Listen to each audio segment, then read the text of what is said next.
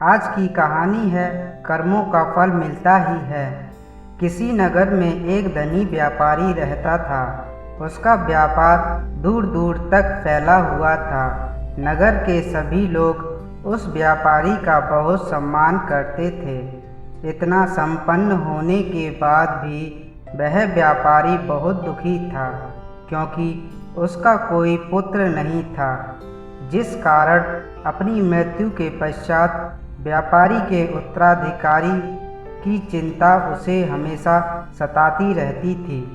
पुत्र प्राप्ति की इच्छा से व्यापारी प्रत्येक सोमवार भगवान शिव की व्रत पूजा किया करता था और शाम के समय शिव मंदिर में जाकर भगवान शिव के सामने घी का दीपक जलाया करता था। उसकी भक्ति देखकर माँ पार्वती प्रसन्न हो गईं और उन्होंने भगवान शिव से उस व्यापारी की मनोकामना पूर्ण करने का निवेदन किया। भगवान शिव बोले, इस संसार में सबको उसके कर्मों के अनुसार फल की प्राप्ति होती है। जो प्राणी जैसा कर्म करते हैं उन्हें वैसा ही फल प्राप्त होता है। भगवान शिव द्वारा समझाने के बाद भी माँ पार्वती नहीं मानी और उस व्यापारी की मनोकामना पूर्ति हेतु वे भगवान शिव से बार बार अनुरोध करती रहीं। अतः माता पार्वती के आग्रह को देखकर भगवान भोलेनाथ को उस व्यापारी को पुल प्राप्ति का वरदान देना पड़ा। वरदान देने के पश्चात भोलेनाथ माँ पार्वती से बोले, आपके आग्रह पर मैंने पुत्र प्राप्ति का वरदान तो दे दिया, परंतु इसका यह पुत्र 16 वर्ष से अधिक समय तक जीवित नहीं रहेगा। उसी रात भगवान शिव उस व्यापारी के स्वप्न में आए और उसे पुत्र प्राप्ति का वरदान दिया और उसके पुत्र के 16 वर्ष तक जीवित रहने की बात भी बताई। भगवान शिव के वरदान से व्यापारी को खुशी तो हुई, लेकिन पुत्र की अल्पायु की चिंता ने उस खुशी को नष्ट कर दिया। व्यापारी पहले की तरह प्रत्येक सोमवार के दिन भगवान शिव का विधि व्रत करता रहा। कुछ महीनों के बाद उसके घर एक अति सुंदर बालक ने जन्म लिया और घर में खुशियां ही खुशियां भर गईं। बहुत धूमधाम से पुत्र जन्म का समारोह मनाया गया, परंतु व्यापारी को पुत्र जन्म की अधिक खुशी नहीं हुई, क्योंकि उसे पुत्र की अल्प आयु के रहस्य का पता था। जब पुत्र 12 वर्ष का हुआ तो व्यापारी ने उसे उसके मामा के साथ पढ़ने के लिए वाराणसी भेज दिया। लड़का अपने मामा के साथ शिक्षा प्राप्त हेतु चल दिया। रास्ते में जहाँ भी मामा भांजे विश्राम हेतु रुकते, वहीं यज्ञ करते और ब्राह्मण को भोजन कराते। लंबी यात्रा के बाद मामा भांजा एक नगर में पहुँचे। उस दिन नगर के राजा की कन्या का विवाह था, जिस कारण पूरे नगर को सजाया गया था। निश्चित समय पर बारात आ गई, लेकिन वर का पिता अपने बेटे की एक आंख से काने होने के कारण बहुत चिंतित था। उसे भय था कि वह बात का पता चलने पर कहीं राजा विवाह से इनकार न कर दे, इससे उसकी बदनामी भी होगी। जब वर के पिता ने व्यापारी के पुत्र को देखा तो उसके मस्तिष्क में एक विचार आया।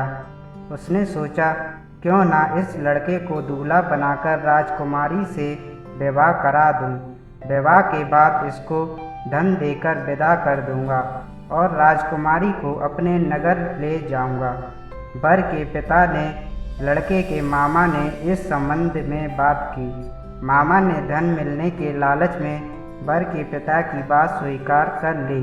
लड़के को दूल्हे के वस्त्र पहनाकर राजकुमारी से विवाह कर दिया गया। राजा ने बहुत सारा धन देकर राजकुमारी को विदा किया।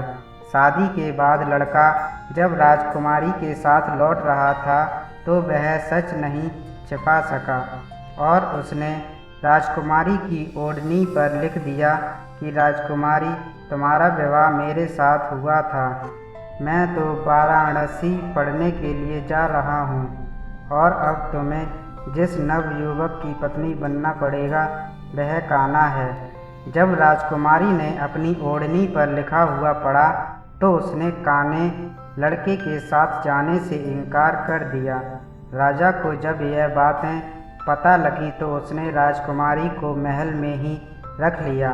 उधर लड़का अपने मामा के साथ वाराणसी पहुंच गया और गुरुकुल में पढ़ना शुरू कर दिया। जब उसकी आयु 16 वर्ष की हुई तो उसने यज्ञ किया। यज्ञ की समाप्ति पर ब्राह्मणों को भोजन कराया और खूब अन्न वस्त्र दान किए।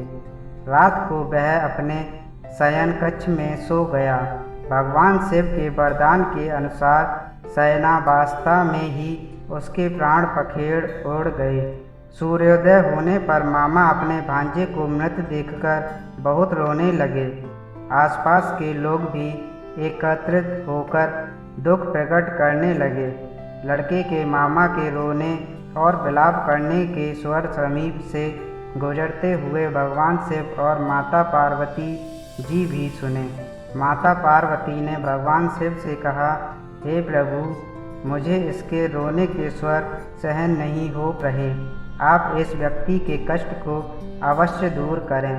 भगवान शिव ने माता पार्वती के साथ आदर्श रूप में समीप जाकर देखा तो भोले माता पार्वती से बोले, यह तो उसी व्यापारी का पुत्र है जिसे मैंने 16 वर्ष की आयु का वरदान दिया था। इसकी आयु पूरी हो गई है। माँ पार्वती ने फिर भगवान शिव से निवेदन कर उस बालक को जीवन देने का आग्रह किया। माता पार्वती के आग्रह पर भगवान शिव ने उस लड़के को जीवित होने का वरदान दिया और कुछ ही पल में वह लड़का जीवित होकर उठ बैठा। शिक्षा समाप्त करके लड़का मामा के साथ अपने नगर की ओर चल दिया। दोनों चलते हुए उसी नगर में पहुँचे जहाँ उसका विवाह हुआ था। उस नगर में भी उन्होंने यज्ञ का आयोजन किया। समीप से गुजरते हुए नगर के राजा ने यज्ञ का आयोजन देखा और उन्होंने तुरंत ही लड़के उसके मामा को पहचान लिया। यज्ञ के समाप्त होने पर राजा मामा और लड़के को महल में ले गया और कुछ दिन उन्हें महल में रखकर बहुत सा धन और वस्त्र आदि देकर राजकुमारी के साथ विदा कर दिया। इधर भूखे प्यासे रहकर व्यापारी और उसकी पत्नी बेटे की प्रतीक्षा कर रहे थे।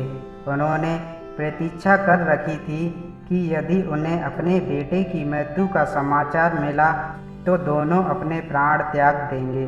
परंतु जैसे ही उसने बेटे के जीवित वापस लौटने का समाचार सुना तो वह बहुत प्रसन्न हुआ।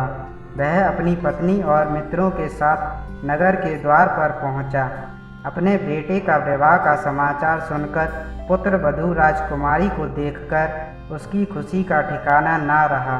उसी रात भगवान शिव ने व्यापारी के स्वप्न में आकर कहा, हे श्रेष्ठी, मैंने तेरे सोमवार के व्रत और सच्चे मन से की गई भक्ति से प्रसन्न होकर तेरे पुत्र को लंबी आयु का वरदान दिया है।